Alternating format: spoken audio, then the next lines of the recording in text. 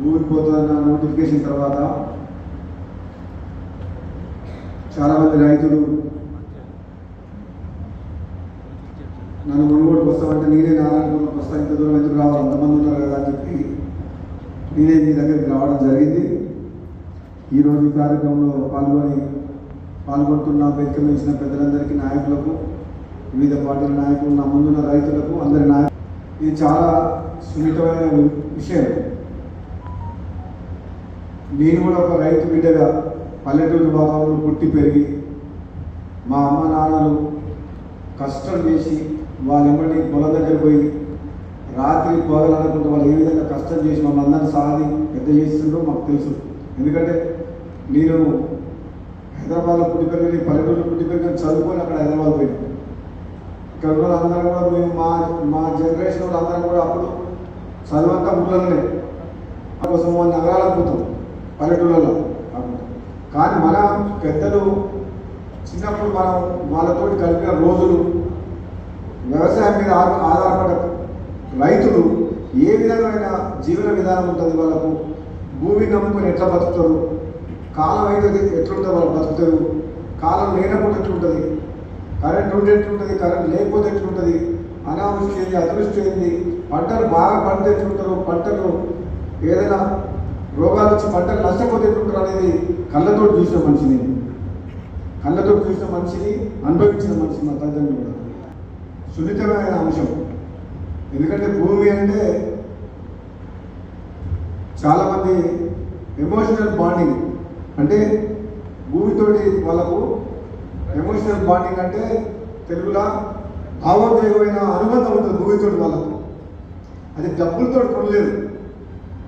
ఎన్ని లక్షలు ఉన్నా, ఎన్ని కోట్లు ఉన్నా నీ దగ్గర నా భూమి నమ్ముకొని ఉంటా అంటాడు. ఎమోషనల్గా తాతల నుంచి, తండ్రుల నుంచి వచ్చిన భూమిని నమ్ముకొని ఆ భూమిని చూసి గర్వపడతారు. వాళ్ళకి ఆ ఊళ్ళో గౌరవమైనా, ఆ మండలంలో అయినా, ఈ ప్రాంతంలో అయినా గర్వంగా గౌరవం లభించేది ఏంటంటే ఆ భూమి, ఆ ఇల్లు, వాళ్ళకున్న పేరు, వాళ్ళు చేసే వాళ్ళ కుటుంబానికి ఉన్న పేరు. కాబట్టి భూమి అనేది ఒక అన్నం పెట్టడమే కాదు, ఆసరానే కాదు, అది గౌరవాన్ని కూడా తీసుకొస్తుంది మన కుటుంబానికి. ఎవరైనా పిల్లలు ఇచ్చినప్పుడు ఎన్ని ఎకరాల భూమి ఉంది, ఏం చేస్తారు తల్లిదండ్రులు అడుగుతారు. అంతేనా కదా, మన ఊళ్ళలో వ్యవసాయం బాగుందా అని అడుగుతారు. అంటే అన్ని రకాలుగా భూమి అనేది ఎట్లుంటుంది, ఎంతో సెంటిమెంట్ మనకు భూమి అనేది పల్లెటూరులో. కాబట్టి ఇటువంటి భూమి మనము నమ్ముకొని ఈరోజు హైదరాబాద్ దగ్గరలో ఉన్నాం. ఈ మధ్య కాలంలో గత 10 ఏళ్ల కాలంలో కూడా భూముల రేటు కూడా పెరిగిపోయింది. అవి పెరిగిపోయిన తర్వాత మనకు ధైర్యం ఏర్పడ్డది. ఏదైనా బిడ్డ పెళ్లి చేయాలన్నా, ఇంకేదైనా ఆపద వచ్చినా, సాపద వచ్చినా, నాకు 10 ఎకరాల భూమి ఉంది, 4 ఎకరాల భూమి ఉంది, ఒక ధైర్యంతో బతుకుతున్న రైతులు. అటువంటి సమయంలో గవర్నమెంట్ త్రిపుల్ పేరు మీద రాత్రికి రాత్రి అలైన్మెంట్, నీ భూమిలోకి వెళ్ళిపోతుంది, నీ భూమి పోతుంది, నీకు మార్కెట్ ధర కంటే చాలా తక్కువ వస్తుంది, నీకు ఇంతే వస్తుంది అన్నప్పుడు ఏ రైతు కూడా తట్టుకోలేడు. ఏ రైతు కూడా, ధనవంతుడు కావచ్చు, పేదవాడు కావచ్చు, అది జీర్ణించుకోలేదు, నిద్రపోదు, వాళ్ళ భూమి పోతుందండి. ముఖ్యమైన అంశం ఈ విషయంలో నిడమల్ల హెచ్ఎండిఏ నుంచి సర్వే నెంబర్లు వచ్చిన ఎట్లా పోతుందో అలైన్మెంట్ మన దాకా రాలే. నార్త్ సైడ్ ఉత్తర భాగం త్రిపుల్ ఆర్ అనేది బీఆర్ఎస్ ప్రభుత్వం ఉన్నప్పుడే అలైన్మెంట్ ఫిక్స్ అయింది. ఈ మాట వాస్తవా? మీరు 2023 డిసెంబర్ 7 ఎమ్మెల్యే అయిన నాటికే అలైన్మెంట్ ఫైనల్ అయిపోయింది త్రిపుల్ ఆర్, బీఆర్ఎస్ ప్రభుత్వంలో ఉన్నప్పుడే. ఆ టైంలో దివీస్ అనే ఇండస్ట్రీ చాలా పెద్ద ఇండస్ట్రీ. మన రాష్ట్రం, 2 తెలుగు రాష్ట్రాల్లో అత్యంత సంపన్నుడు ఎవరంటే దివీస్ యజమాని, అత్యంత నెంబర్ 1 2 తెలుగు రాష్ట్రాల్లో. ఆ ఇండస్ట్రీని కాపాడుకున్నందుకు ఒకవేళ త్రిపుల్ ఆర్ లోపల వస్తే ఈ పొల్యూషన్ ఇండస్ట్రీస్, ఫార్మా ఇండస్ట్రీస్ అన్ని ఇట్లా రేపు భవిష్యత్తులో తీసేసి మన త్రిపుల్ ఆర్ అవతల పంపిస్తారన్న ఉద్దేశంతో దాన్ని ఆ ఇండస్ట్రీ బయట పెట్టి తిరుమలారు బయట ఉండేటట్టు చూసి దాన్ని అలైన్మెంట్ మొత్తం చౌటుపల్లి కాంచి ఆ ఒలివండ దగ్గర నుంచి అక్కడి నుంచి మారడం వల్ల అది ఇక్కడ దగ్గరికి వచ్చేసింది. ఈ ఓఆర్ఆర్ మిగతా ప్రాంతంలో ఓఆర్ఆర్ నుంచి తిరుమల దూరం ఉంటే చౌటుపల్లి మాత్రం వచ్చేసరికి మాత్రం హైవే కాడికి వచ్చేసరికి మాత్రం దగ్గరికి వచ్చింది. రైట్ సైడ్ తంగల్పల్లి సైడ్ కానీ ఇటు కానీ వాళ్ళ ఇండస్ట్రీని కాపాడుకుంటేందుకు వాళ్ళు చేసిందని నేను అనుకుంటున్నాను. నేను అనుకుంటున్నాను.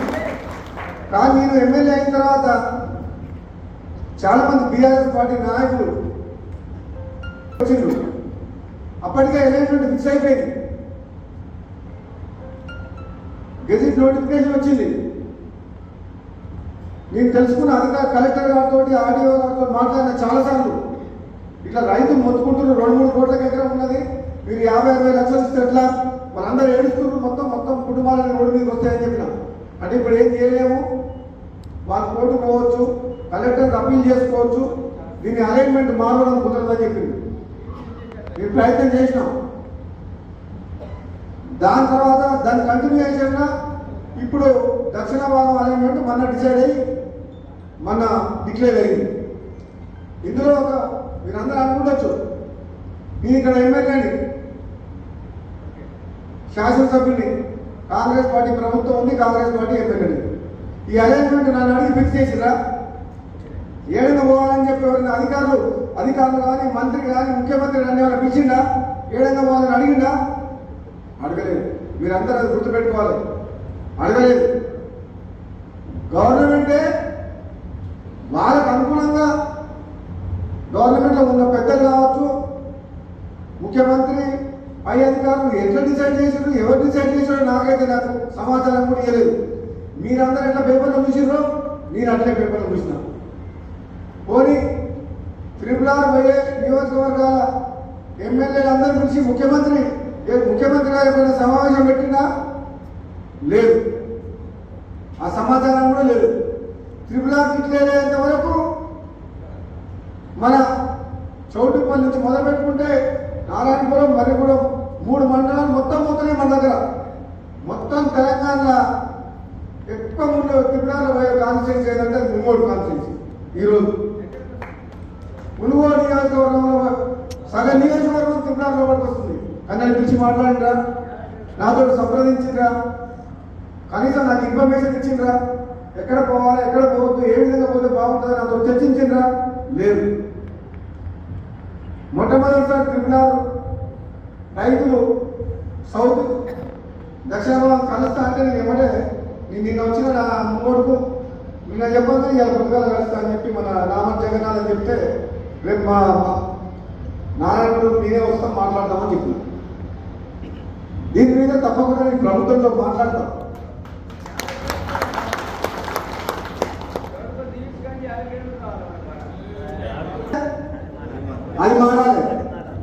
అది మారాలంటే ప్రభుత్వమే మారాలి కావచ్చు.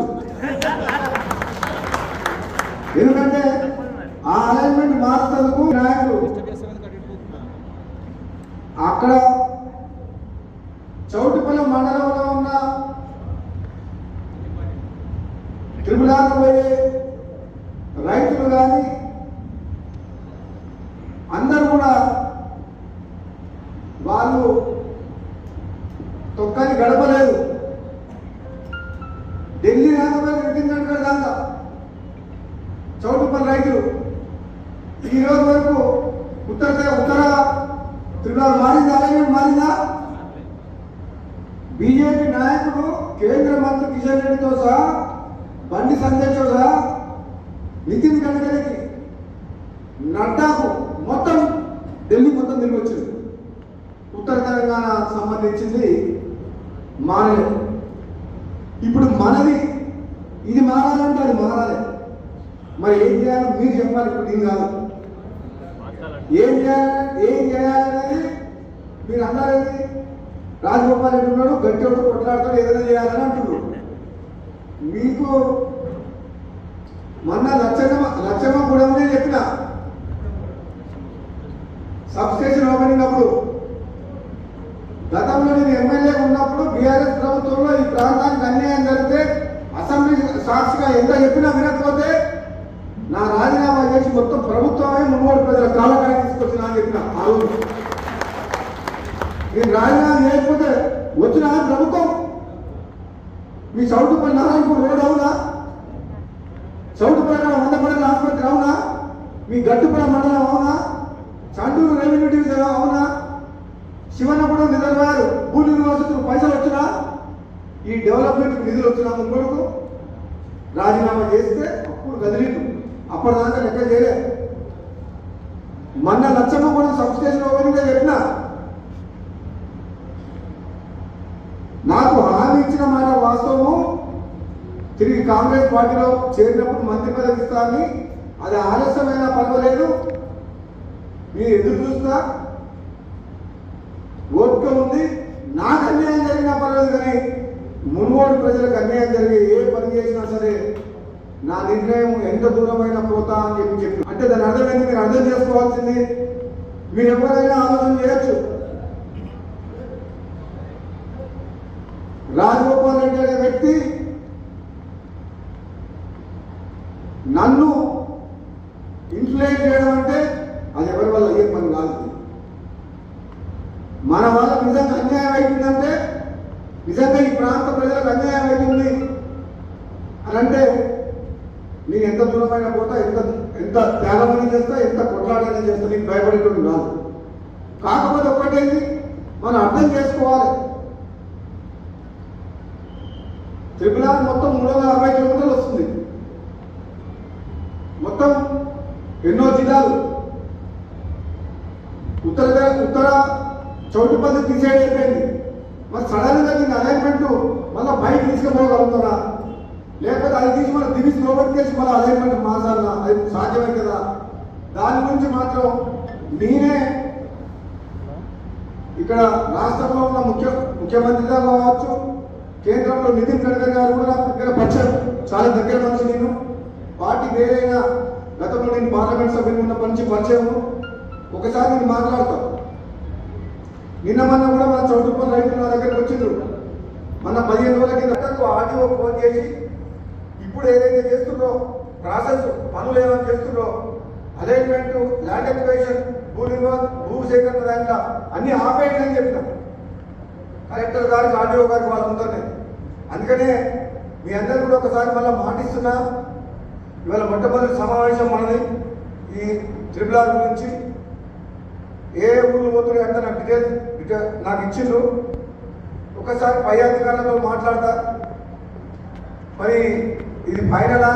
ఎందుకంటే ఇది స్టేట్ గవర్నమెంట్ మరి హెచ్ఎండిఏ నుంచి నోటిఫికేషన్ వచ్చింది.